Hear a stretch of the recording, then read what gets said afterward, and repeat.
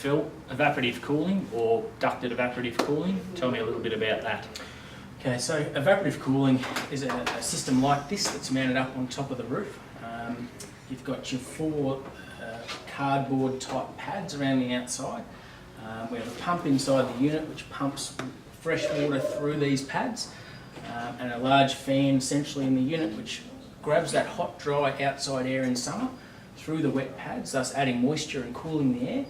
And that cool, moist air is delivered throughout the home to provide air conditioning right through the home. So, being governed by air coming in from outside, how do I go about thermostatically controlling that?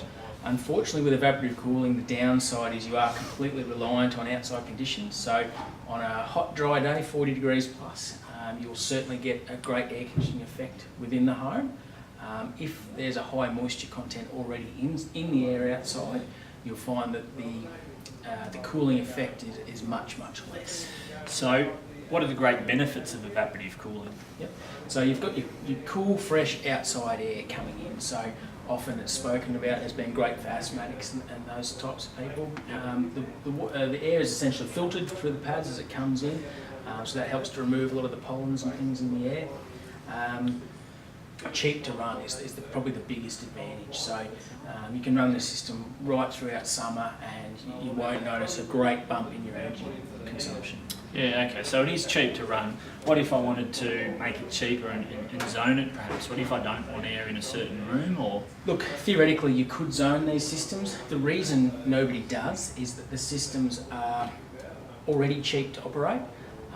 Zoning for the large size ducting that's used in evaporative cooling would be very expensive. So the cost benefit in terms of spending a lot of money on the zoning to turn off areas of something that costs very little to run is just, it's not worthwhile. yeah, okay, so do I have to close all my curtains and close up the windows and shut up the home to achieve? Another great advantage of evaporative cooling. So in summer we're in and out, we're obviously using our outdoors quite often.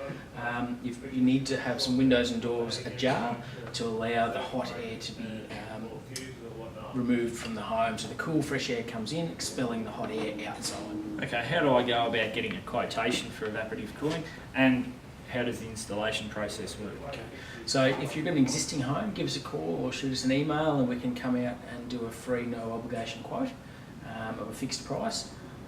From there, if you decided to proceed, we could organise the installation, usually 1 to 4 weeks. We book out a day. 99% of the time the full installation is completed on that day, weather permitting, etc. We start in the morning, we finish at night, and we walk away, we clean up after ourselves, and you've got a cooling system for your whole home.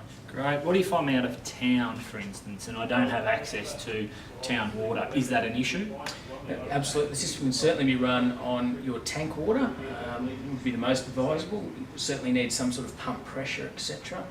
To run the system. The system can also be operated on bore or channel water. Not advisable, and you may need some sort of inline filter to take the bulk of the sediment out of the water. However, if you do go on that line, it may just mean that the system needs to be serviced more regularly. Yep, okay, great, thanks.